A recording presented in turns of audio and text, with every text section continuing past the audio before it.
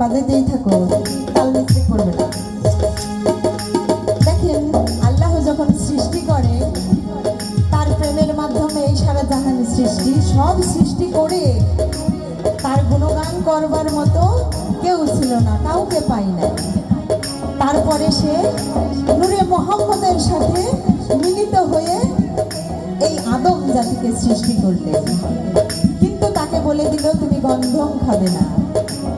কিন্তু কি করলো, আবার নিজেই যদি না বলতো তাহলে কিন্তু খাইতো না, কিন্তু সেই বলেছে ওই গন্ধম পান, তাই আমরা সৃষ্টি হয়েছি। তাই বলছি কি খেলা খেলিছ নিজে প্রকাশ হতে, তুমি নিজেই লুকিলে আদম কইলাতে, আদম হয়ে তুমি জান্নাতে রহিলে,